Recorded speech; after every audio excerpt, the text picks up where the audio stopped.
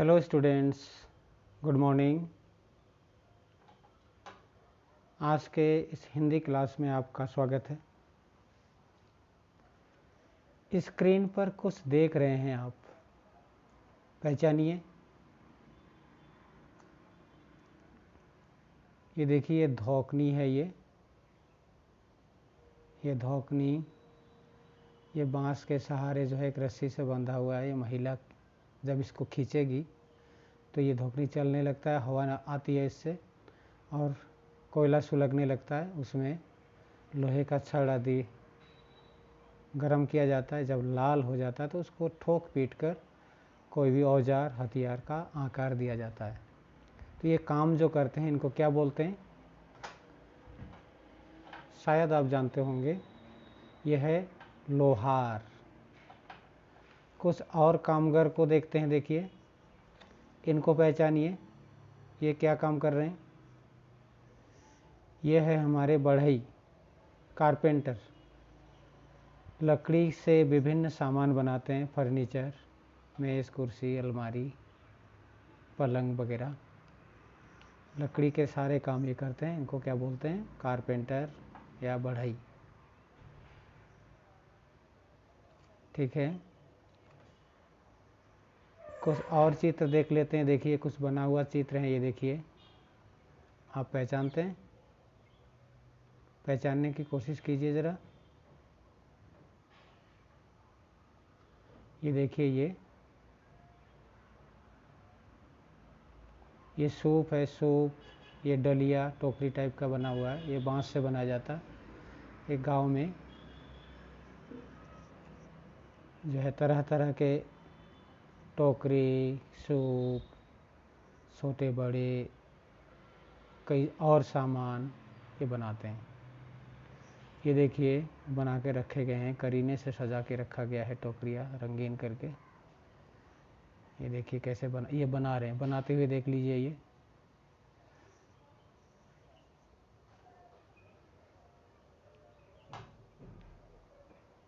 इसको पहचानिए, ये क्या काम कर रहे हैं,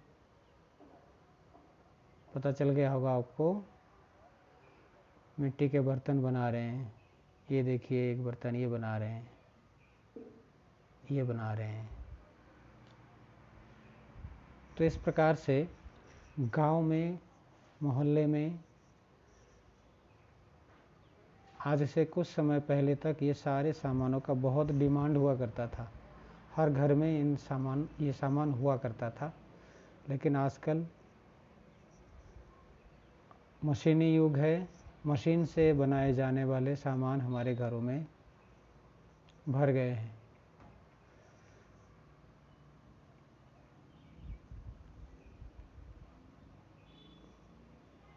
ये सामान आपने देख लिया।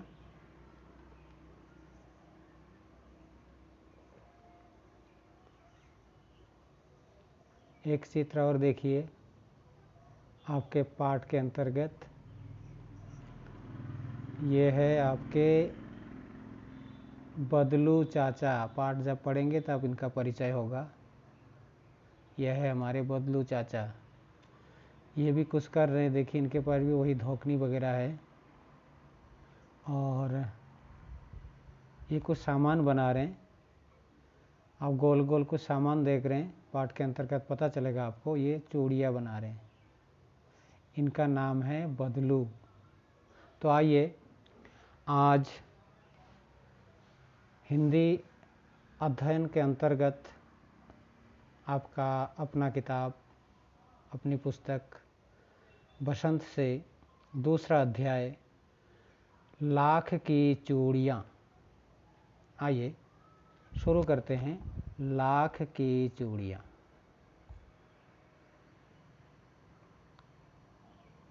और इसको लिखने वाले हैं, इस कहानी को लिखने वाले हैं कामतानाथ।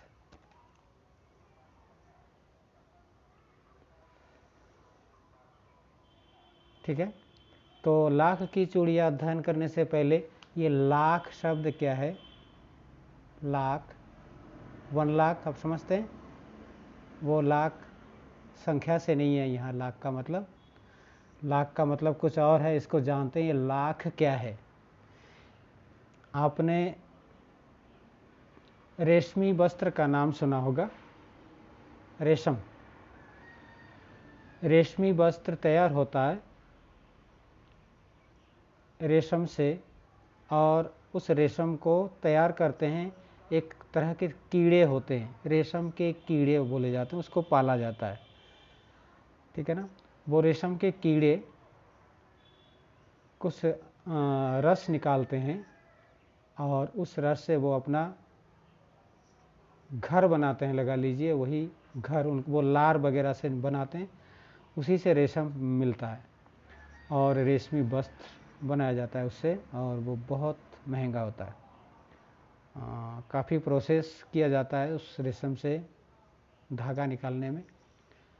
तो आपने सुना होगा रेशम, रेशमी वस्त्र। ऐसे ही आपने सुना होगा मधुमक्खी पाले जाते हैं शहद उत्पादन के लिए, तो उसको मौन पालन बोला जाता है। तो इस प्रकार से एक कीड़े होते हैं जिसका नाम है लाख। लाख है उसका नाम, लाख।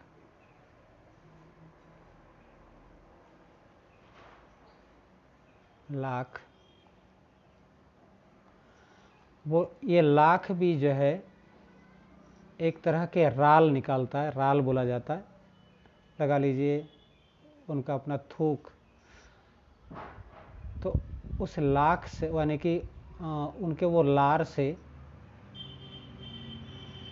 ये लाख बनता है, और 1 केजी लाख प्राप्त करने के लिए लगभग 34,400 कीटों की ज़रूरत पड़ती है।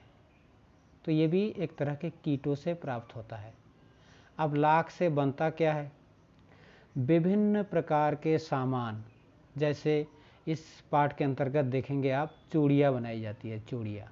इसके अलावा भी बहुत सारे सामान और भी बनते हैं। बिजली के कई सामान बनाने में इसका प्रयोग होता है। पेंट यानी कि रंग, कपड़ों की रंगाई में काम आता है। कई सारे आयुर्वेदिक दवाओं में लाख का प्रयोग होता है। ग्रामोफोन रिकॉर्डर बनाने के लिए लाख की ज़रूरत पड़ती है। ग्रामोफोन रिकॉर्डर के बारे में सुना होगा आपने। अब से कुछ दिन पहले तक, कुछ ही साल पहले तक एक रिकॉर्डर होता था, सीडी प्लेयर बोलते थे आप, वो गोल गोल होता था।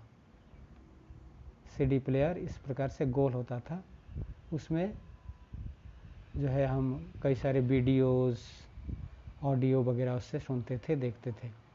तो उससे पहले ग्रामोफोन हुआ करता था। ग्रामोफोन का एक रिकॉर्डर होता था ऐसे ही गोल, तो उसको तैयार करने के लिए भी लाख की ज़रूरत पड़ती थी। उसके बाद विभिन्न प्रकार के वार्निश, पॉलिश वगैरह, जैसे लकड़ी वगैरह में जो पॉलिश वगैरह किया जाता है वो तैयार होता है।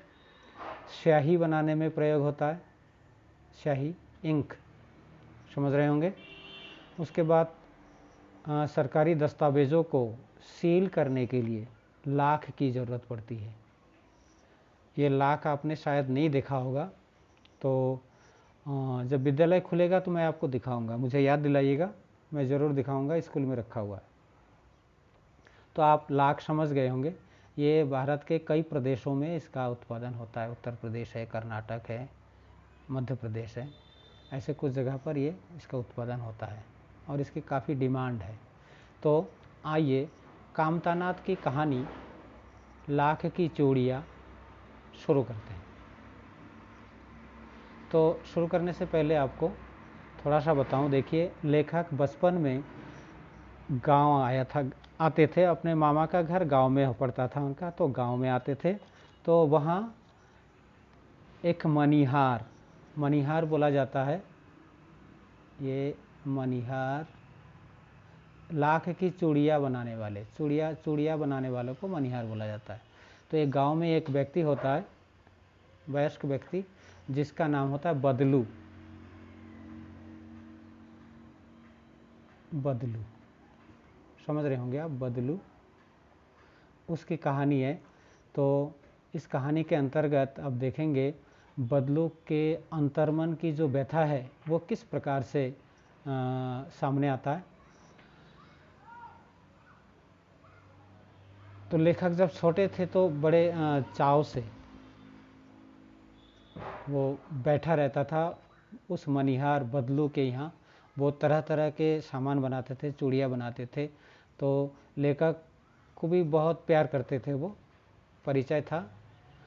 तो वो वहाँ बैठ जाते थे तो रोज़ उनको कुछ ना कुछ यानी कि एक दो गोलियाँ बनाकर उनको देते थे। इसी चाव से वो लेखक उस समय वहाँ जरूर हर बार वो जाते थे।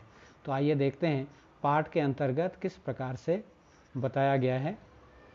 ध्यान दीजिएगा।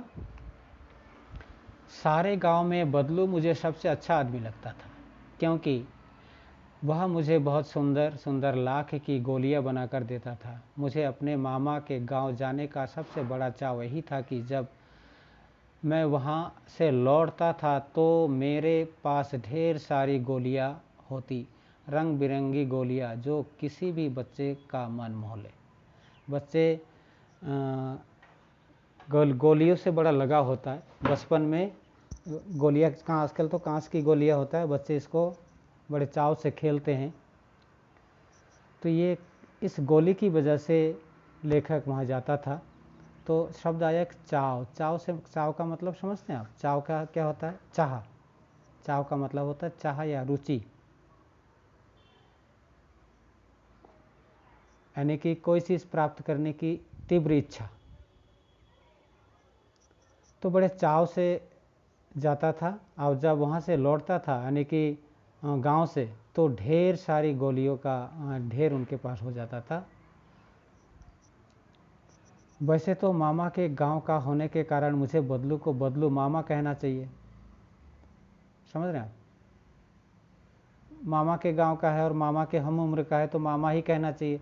लेकिन लेखक बदलू को मामा ना कहकर काका कहा करता था, जैसा कि गांव के सभी बच्चे उसे कहा करते थे। इसलिए कहते थे क्योंकि गांव के वो भी बच्चों के साथ खेलते थे, तो सारे बच्चे बदलू को मामा ना कहकर काका बुलाते थे। तो लेखक भी बदलू को मामा ना कहकर काका ही बुलाते थे। बदलू का मकान कुछ ऊंचे स्थान पर बना था। मकान के सामने बड़ा सा शयन था जिसमें एक पुराना नीम का वृक्ष था। उसी के नीचे बैठकर बदलू अपना काम करता था। बगल में भट्टी दहकती रहती जिसमें वह लाख पिघलाया करता। सामने एक लकड़ी की चौखट पड़ी रहती जिस पर लाख के मुलायम होने पर वह उसे सलाख के समान पतला करके चूड़ी का आकार देता। यहाँ देखिए शब्द आया भट्टी। देखा आपने ये भट्टी? भट्टी को एक बार आपको दिखा दूं। ये देखिए ये भट्टी है, ये कुछ धुआं धुआं सा ये, ठीक।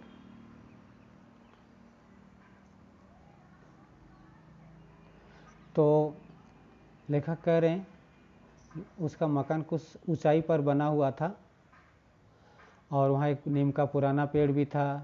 उस पेड़ के नीचे बैठकर बदलू अपना काम करता था। वहीं उनका धोखनी वगैरह लगा हुआ था। भट्टी वहीं दहकती रहती थी जिसमें वह लाख को पिघलाया करता और लकड़ी की चौखट पड़ी रहती जिस पर लाख के मुलायम होने पर वह सलाख के सामने पतला करके चूड़ी का आकार देता। पास में 4 विभिन्न आकार की बेलननुमा मुंगेरिया। ये बेलननुमा मुंगेरिया क्या होता है? गोल मुठियादार, यानी कि पकड़ने के लिए मुठियादार लकड़ी जो ठोकने पीटने के काम आता है। इसका एक सिरा थोड़ा सा पतला होता है। एक बार फिर से आपको दिखाऊं, देखिए इसका हाथ में है, ठीक है, देख रहे होंगे आप। ये हाथ में ये एक सिरा देखिए इसका पतला है ये, और ये वाला सिरा मोटा है। तो चूड़ियों का आकार, जिस प्रकार का चूड़ियाँ बनाना हो, यदि पतली पतली चूड़ियाँ बनाना है तो ये निचले सिरे में यहाँ पर बने, यानी कि उसको आकार देते। थोड़ा सा मोटा बनाना होता तो इस सिरे से इसको लेते। इस प्रकार से ये बनाया जाता है। तो ये मुंगेरी बोला जाता है, मोंगरी।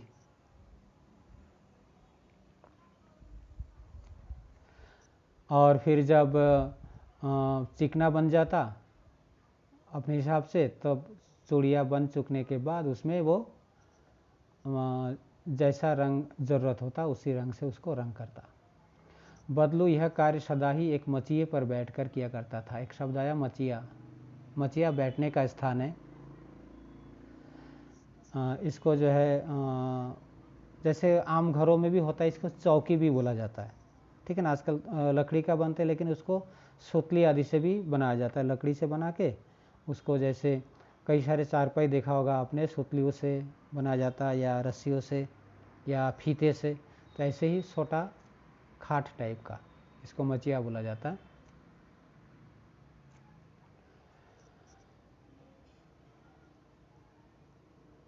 बहुत ही पुरानी थी, मचिए पर बैठकर के, जो बहुत ही पुरानी थी। बगल में उसका हुक्का रखा रहता जिसे वह बीच बीच में पीता रहता। गांव में मेरा दोपहर का समय अधिकतर बदलू के पास ही बीतता। मुझे लला कहा करता और मेरे पहुंचते ही मेरे लिए तुरंत एक मचिया मंगा देता। मैं घंटों बैठे बैठे उस पर इस प्रकार चूड़िया बनाते देखता रहता। लगभग रोज़ ही वह 4-6 जोड़े चूड़िया बनाता। पूरा जोड़ी बना लेने पर वह बेलन पर चढ़ाकर कुछ क्षण चुपचाप देखता रहता, मानो वह बेलन न होकर किसी नववधू की कलाई हो। यानी कि बहुत उनका पुश्तैनी काम था। वो पुश्तैनी मतलब समझते हैं, पैतृक, पूर्वजों से मिला हुआ, पिता से मिला हुआ, पूर्वजों से मिला हुआ। तो ये काम जो था वो कई पीढ़ियों से करते आ रहे हैं। तो इस काम में बड़ा दक्ष था, वो निपुण था। तो सुंदर सुंदर चूड़िया बनाता और जब बन जाता तो ऐसे देखता मानो नववधू की जो वो चूड़िया कलई में कुछ दिन बाद जाने वाला है, तो लगा लो उसको ऐसा महसूस होता कि नववधू की हाथ में वो चूड़िया यानी कि वो पहना हुआ हो। तो इस प्रकार से बड़े सुंदर ढंग से वो चूड़िया बनाता। यहाँ एक शब्द आया हुक्का, उसके बगल में एक हुक्का रखा रहता। हुक्का समझते हो? नहीं समझे तो देखो, देख लो एक बार फिर से। ये देखिए, ये है हुक्का, ये आपका हुक्का है।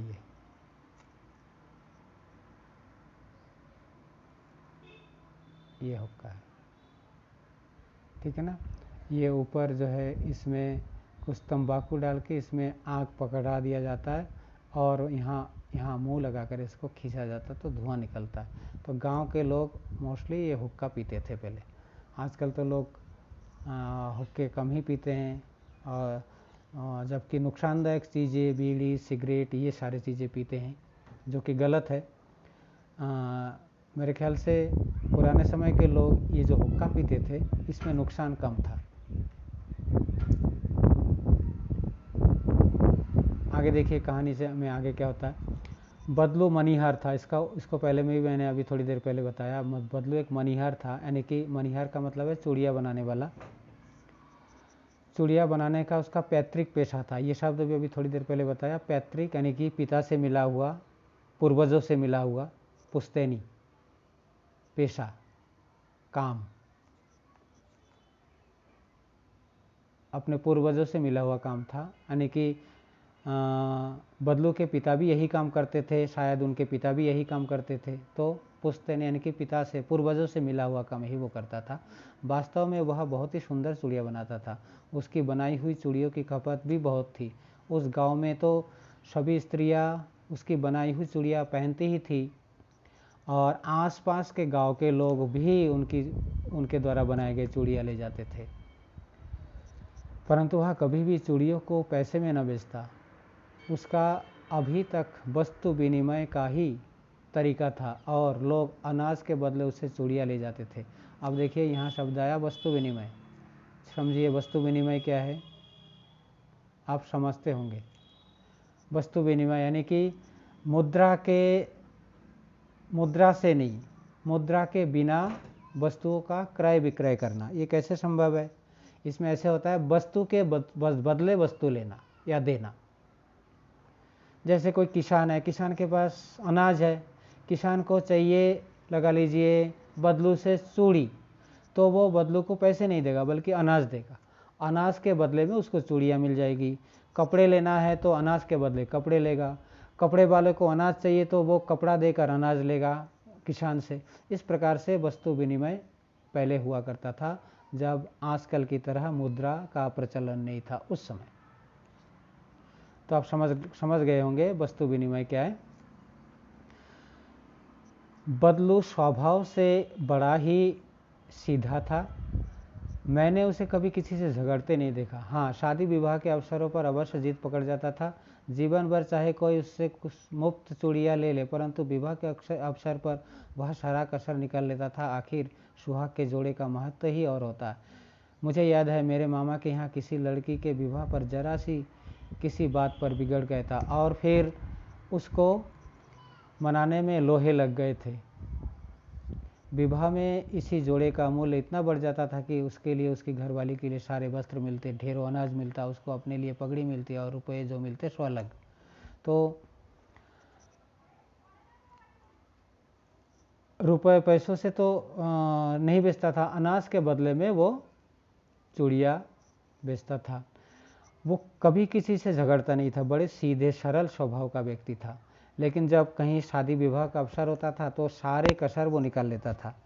अन्य यानी कि सामान्य दिनों में तो वो कोई भले ही उससे मुफ्त में चूड़ियाँ ले ले, लेकिन शादी ब्याह के अवसर पर वो जीत पकड़ लेता था और उस दौरान वो सारी कसर निकाल लेता था। अर्थात उस दौरान उनके चूड़ियों का मूल्य जो है कई गुना बढ़ जाता था। ठीक है ना, क्योंकि वो सुहाग, क्योंकि देखिए शादी ब्याह के मौक़ों पर खुशी का मौका होता है, लोग खुशी खुशी भी दे देते हैं, तो इस मौके पर वो सारा कसर निकाल लेता था। एक बार उनके मामा के यहाँ किसी की शादी थी तो जरा सी बात पर वो बहुत बिगड़ गया और उसको मनाने में लोहे लग गए। लोहे लग जाना मतलब बहुत मुश्किल से माना उन्होंने, यानी कि उनको मनाने में बहुत मुश्किल आन पड़ी। तो अंततः उनको मनाकर वो सामान ले लिया गया होगा। तो इस अवसर पर शादी ब्याह के मौक़ों पर जो उनको सामान मिलता तो सारे लगभग सभी आवश्यकताएं उसकी पूरी हो जाती, जिसमें घरवाली के लिए वस्त्र, अनाज, उसके बाद उसके लिए पगड़ी, इस और नगद रुपए पैसे का भी प्रचलन धीरे धीरे होने लगा था, तो कुछ रुपए भी उनको मिल जाते। तो इस प्रकार से शादी ब्याह के मौक़ों पर वो सारे कसर निकाल लेता था। यदि संसार में बदलू को किसी बात से चिढ़ती तो वह थी कांच की चूड़ियों से। देखिए वो क्या करता था,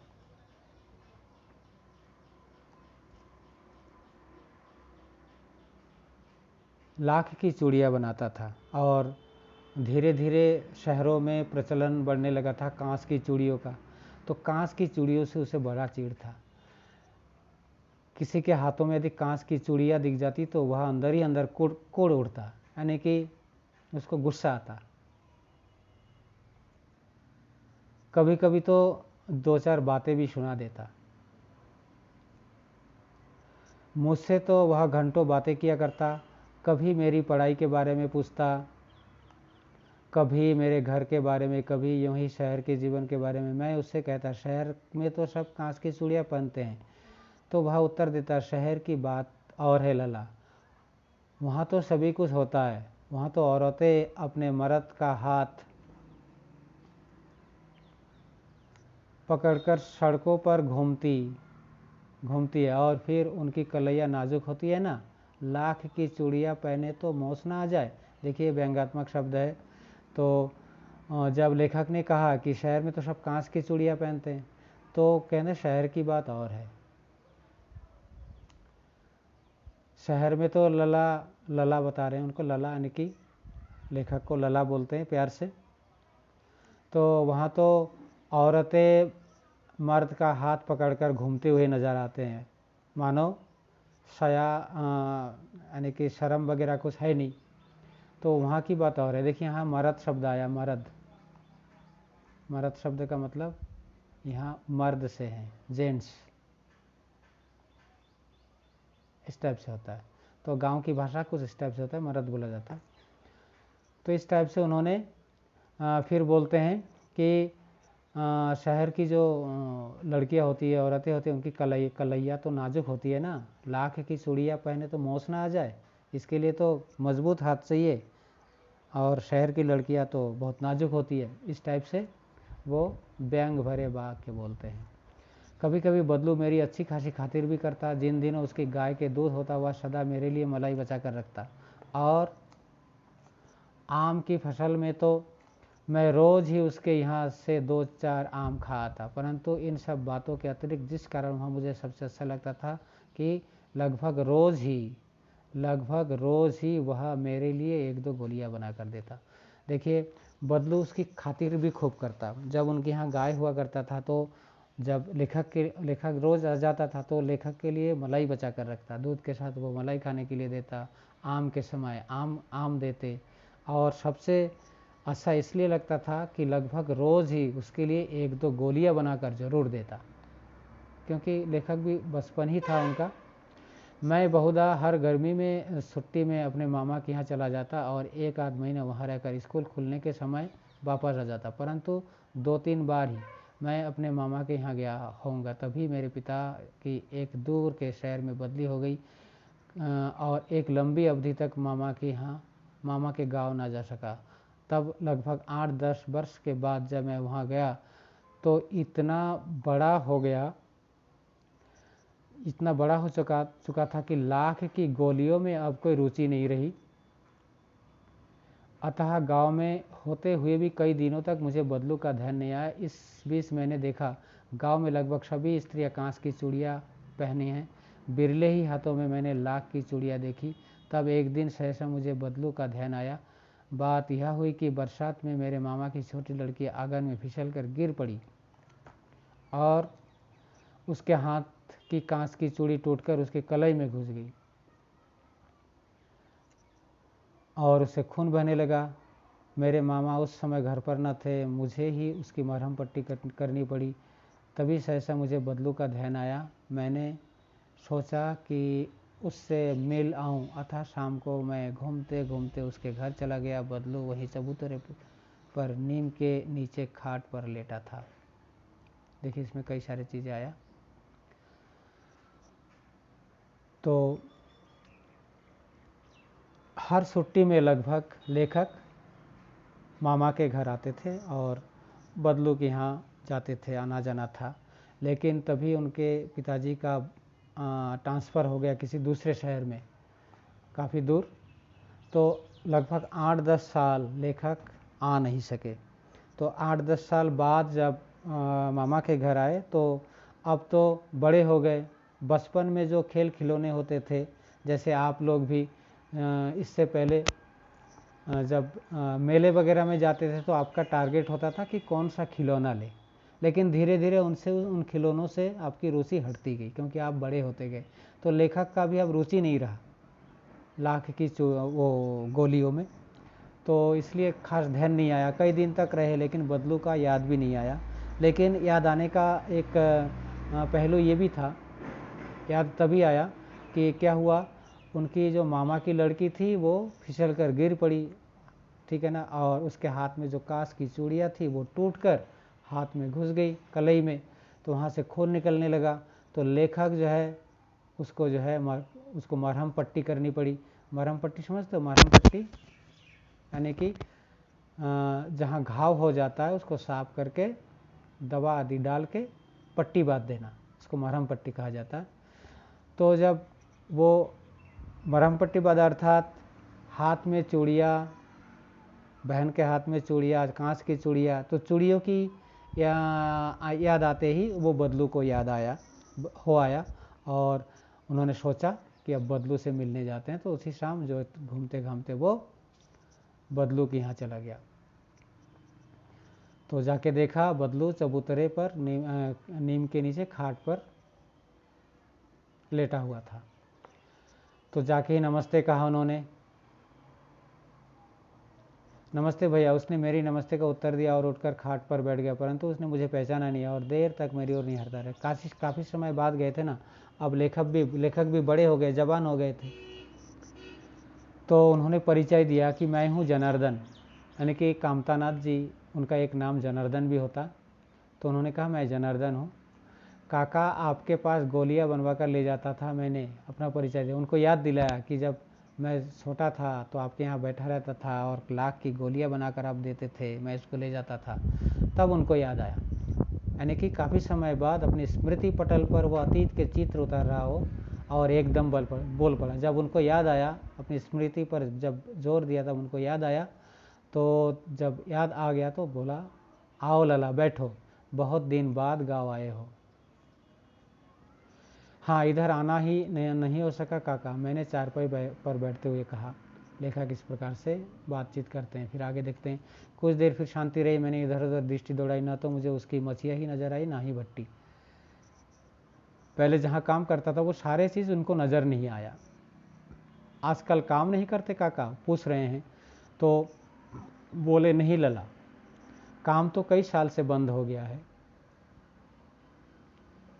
मेरी बनाई हुई चूड़ियाँ कोई पूछे तब ना, गांव में तो कांस का प्रचार हो गया। अब कुछ देर चुप रहा, फिर बोला, मशीन युग है ना लला, आजकल सब काम मशीन से होता है, खेत भी मशीन से जोते जाते हैं, फिर जो सुंदरता कांस की चूड़ियों में होती, लाख में कहाँ संभव। तो देखिए, इन बातों में उनका दर्द झलकता है। बोलते हैं, जब उन्होंने पूछा ना कि आजकल काम नहीं करते काका, तो पूछा, उन्होंने बताया कि काम तो कई साल हो गए बंद हो गया है, अब मेरी चूड़ियों को कोई पूछता ही नहीं, अब तो कांच का प्रचलन हो गया, लोग कांच की चूड़ियाँ पहनने लगे हैं।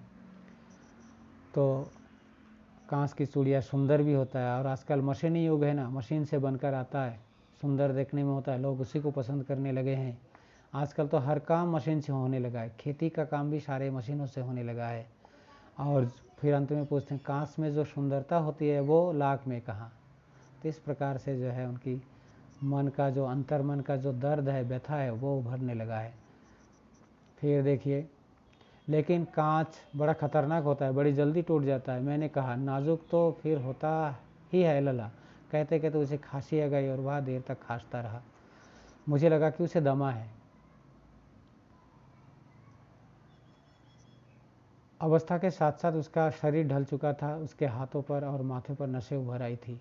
जाने कैसे उसने मेरी शंका भांप ली और बोला, दमा नहीं है मुझे, फसली खांसी है, यही महीने 2 महीने से आ रही है, 10-15 दिन में ठीक हो जाएगी। तो बातचीत करते करते वो खांसने लगा। तो लेखक को लगने लगा कहीं काका को दमा तो नहीं है, लेकिन जब बदलू ने उनका नज़र देखा तो उन्होंने कहा, दमा नहीं है मुझे, फसली खांसी है। फसली खांसी समझते हैं आप? फसली क्या हुआ? ये फसली खांसी यानी कि सीजन में, मौसम में हो जाने वाला खांसी, सर्दी जुकाम वगैरह हो जाता है ना, इसको फसली खांसी कहते हैं, यानी कि थोड़े समय में रहने वाला, थोड़े समय बाद वो अपने आप ठीक हो जाता है। मैं चुप हो गया, उसे लगा उसके अंदर कोई बहुत बड़ी व्यथा छिपी है। देर तक सोचता रहा, फिर इस मशीन युग में कितने हाथ काट दिए। कुछ देर फिर शांति रही, जो मुझे अच्छी नहीं लगी। देखिए, उनके व्यवहार से, बदलू के व्यवहार से लेखक समझ गए कि बहुत व्यथित है, क्योंकि उनका काम छिन गया। अब कोई काम, जब काम आदमी जो भी काम करता है, जब उनसे काम छूट जाता है तो वो बड़ा निराश हो जाता है, यानी कि खुश नहीं रह पाता। तो उनको लगने लगा कि बदलू जो है, यानी कि काका, बहुत उम्र भी हो गया है और बीमार भी रहने लगा है, और सोचने लगा इस मशीन के आ जाने से कितने सारे लोग बेरोज़गार हो गए, कितने हाथ काट दिए, मतलब बहुत सारे लोग बेरोज़गार हो गए। देखिए, एक मशीन सैकड़ों लोगों का काम कर देते हैं। अब आपने खेती में प्रयोग होने वाले कई सारे मशीनों को देखा होगा, जुताई का मशीन, कटाई का मशीन आपने देखा होगा। कटाई का मशीन आपने देखा होगा, खेतों में धान गेहूं की कटाई करते हुए कंबाइन बोला जाता है। तो एक मशीन एक दिन में 50 हेक्टेयर की कटाई कर देता है, जो कि हजारों आदमी एक दिन में नहीं कर सकते। तो इस प्रकार से मशीन आने से जो है बहुत सारे लोग बेरोज़गार हो गए। तो ये जो दर्द है वो दर्द उभरने लगा। फिर आम की फसल अब कैसी है, कहते हैं आम की फसल कैसे, यानी कि बात बदलने के लिए, विषय बदलने के उन्होंने पूछा। बहुत अच्छी है कहते हैं, उसने लहक कर उत्तर दिया और अंदर अपनी बेटी को आवाज़ दे, अरे रज्जो, लला के लिए आम तो ले आ। जब आम की बात आई तो उन्होंने अपनी बेटी को आवाज़ दी और बोला, लला के लिए अर्थात लेखक के लिए आम लेके आ। फिर मेरी ओर मुखातिब होकर बोला, माफ़ करना लला, तुम्हें आम खिलाना भूल गया था। नहीं काका, आम तो इस साल बहुत खाए हैं। वाह वाह, बिना आम खिलाए कैसे जाने दूंगा। तो इस प्रकार से देखिए, एक अपनापन सा गाँव में जो एक अपनापन सा होता है, किसी भी घर में जाए तो वहाँ कुछ बिना खिलाए पिलाए नहीं आने देते, बड़ा अपनापन होता है। तो उनके लिए आम मंगवा रहे हैं और अपनी बेटी के माध्यम से फिर आम खिलाएंगे उनको। मैं चुप हो गया, मुझे वही दिन याद हुआ जब वह मेरे लिए मलाई बचा कर रखता था। वो सारी पुरानी बातें उनको याद आ रहा है। गाय तो अच्छी है ना काका, मैंने पूछा। गाय कहाँ है लला, ये 2 साल हुए बेच दी, कहाँ से खिलाता। इतने में रज्जू उसकी बेटी अंदर से एक डलिया में ढेर से आम ले आई और यह बहुत है काका, इतने कहाँ खा पाऊँगा, उन्होंने कहते हैं। फिर बोलते हैं, तुम शहरी ठहरे ना, मैं तुम्हारी उम्र का था तो इसके चौगुने आम खा जाता था, ऐसा बोलने लगे। फिर आप लोगों की बात और है, मैंने उत्तर दिया।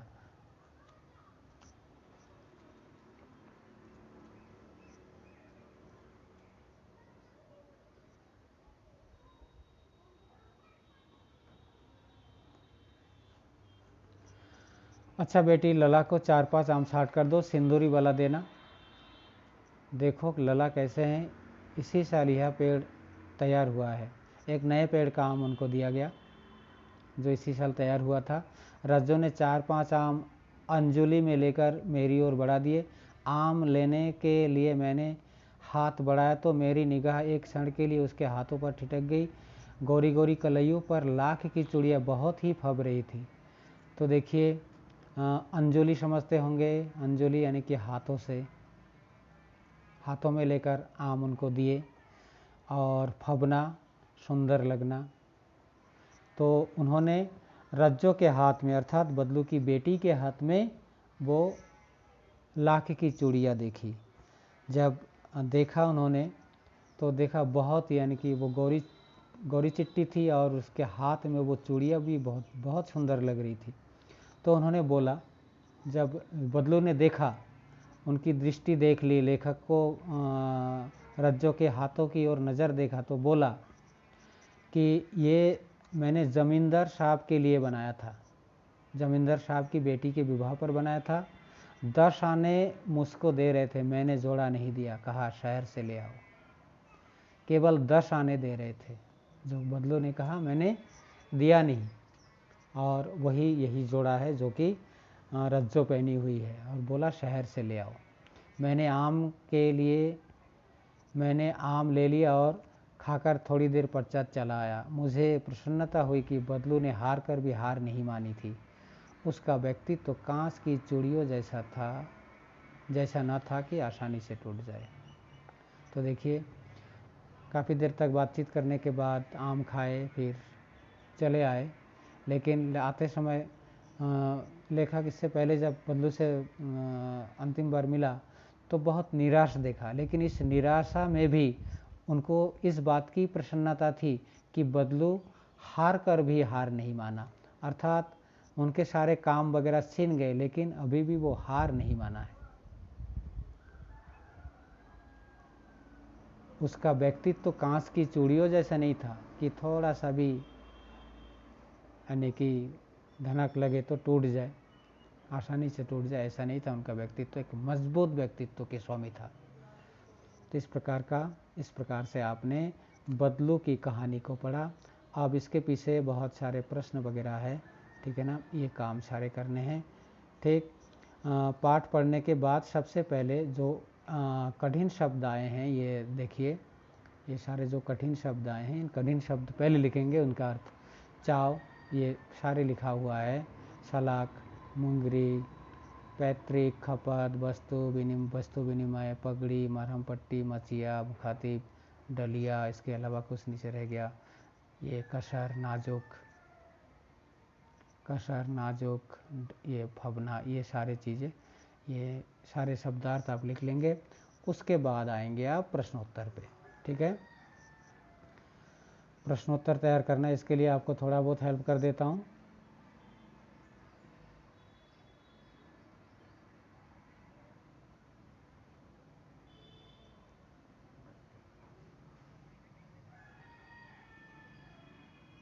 अच्छा, पाठ के अंतर्गत ये मैं थोड़ा सा भूल गया था, सॉरी। ये देखिए, ये लाख मैंने आपके लिए जो है ये ढूंढ कर निकाला था नेट से। ये लाख कीड़े तैयार कर रहे हैं, लगा लीजिए। लाख के जो है एक तरह से उनका लार बोल सकते हैं या राल बोलते हैं, वो तैयार है। ये आप देख रहे होंगे,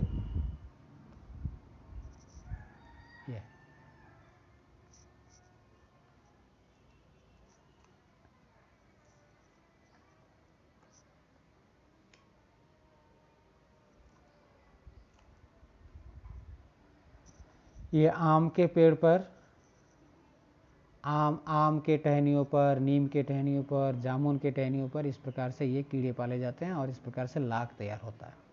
चलिए आप प्रश्नोत्तर को देखते हैं जरा।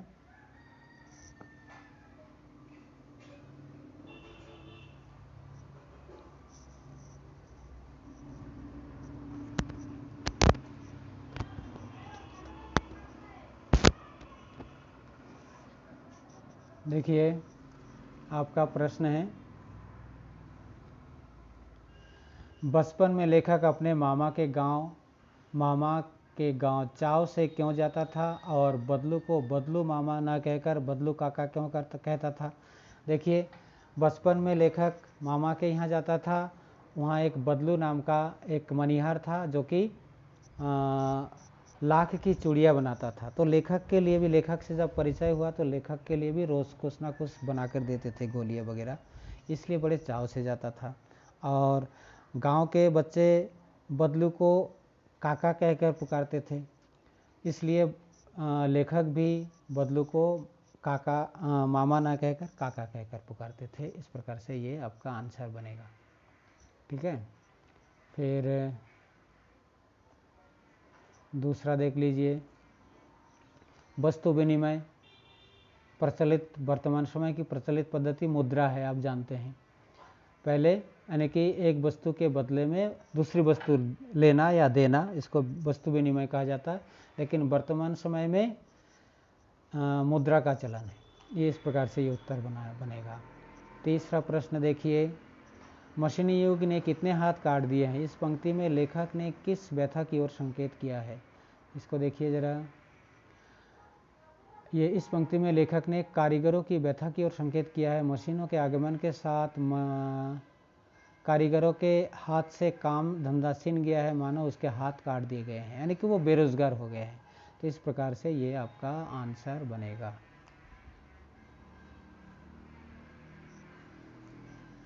यस, आपका आंसर बनेगा ये, ठीक। अब चौथा प्रश्न देखिए, बदलू के मन में ऐसी कौन सी व्यथा थी जो लेखक से छिपी न रह सकी।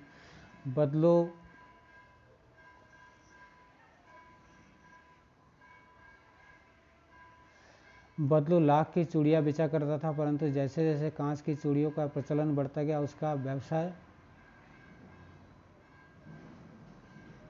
ठप पड़ने लगा। उसने अपने व्यवसाय की यह दुर्दशा बदलू के मन कचोटती थी। बदलू के मन में इस बात की व्यथा थी कि मशीनी युग के फलस्वरूप उस जैसे अनेक कारीगरों को बेरोजगारी और उपेक्षा का शिकार होना पड़ा है। अब लोग कारीगरी की कद्र न करके दिखावटी चमक पर अधिक ध्यान देते हैं। यह व्यथा लेखक से नहीं छिपी। अगला प्रश्न है, मशीनी युग से बदलू के जीवन में क्या बदलाव आया। ठीक है ना। अब वो बेरोजगार हो गए, इस प्रकार का उत्तर मैंने आपको बताया था।